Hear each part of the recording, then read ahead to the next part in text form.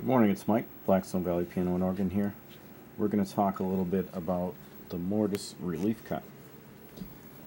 This is a keyboard we took in that has had a lot of play. It's a teaching instrument, and the owner also is an accomplished pianist, so it really gets played a lot.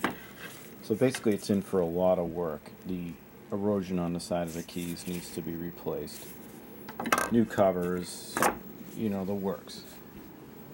So basically what I want to go over is, after keys have been rebushed several times, what happens is the mortises become very wide and inconsistent.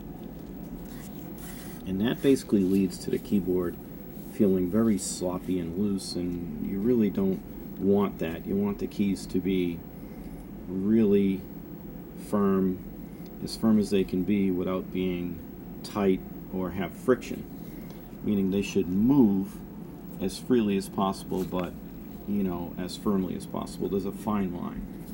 So basically these mortises are all different widths, so it'll leave a really sloppy, spongy feel on the keyboard. So that's relatively easy to fix there. We'll just replace the buttons. Okay. In the front, the mortises have also increased in width a little bit. Not as much as the buttons. I think the buttons were replaced, the mortises in the buttons were rebushed several more times than the front because they're just so inconsistent. Versus the front, they're a little inconsistent but not as bad. So basically, when the width of the mortise opens up, we need to use a thicker cloth. And if we use a thicker cloth, we won't be able to bend it around this tiny little ledge. As you can see, it's not very wide. It's less than or equal to about 1/16 of an inch wide. And it's very shallow. See that? It's not even as deep as the cloth that we need to put in there. So what'll happen is, again, we won't get it to bend around that ledge, and if we do, it's going to protrude from the bottom of the key. So what we do is we put a mortise relief cut in there. And basically, as you can see, we cut the bottom of the key a little bit, okay, to be able to fold that cloth over and recess it below the bottom of the key so it doesn't interfere with how the keyboard is played. As you can see, this is a mortise relief cut on a natural. Okay? So again, that'll give us that area we need to fold the cloth over.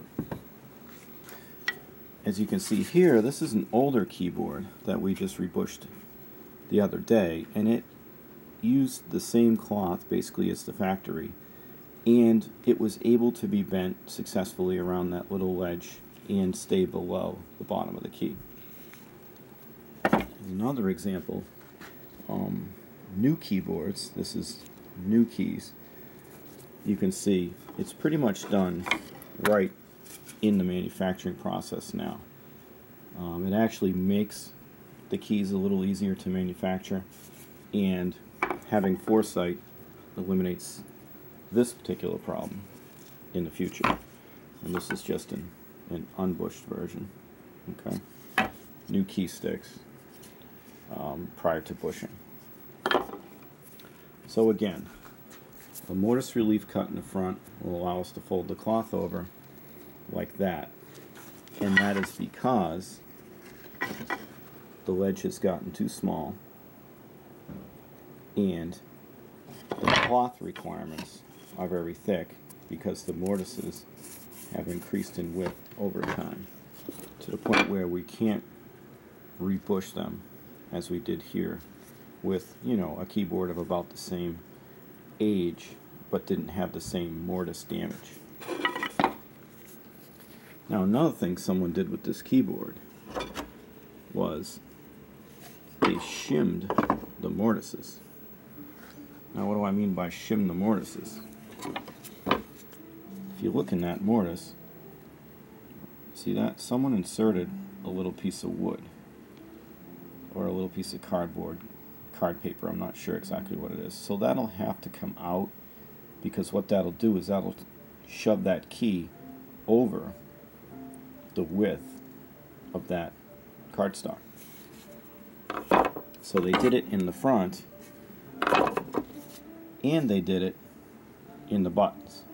Not a problem in the buttons, again, because we're going to replace them. So we're going to do all that now.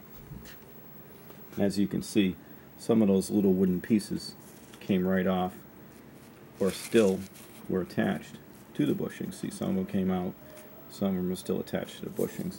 And as you can see, the cloth I took out was very thick as well. So this problem isn't new.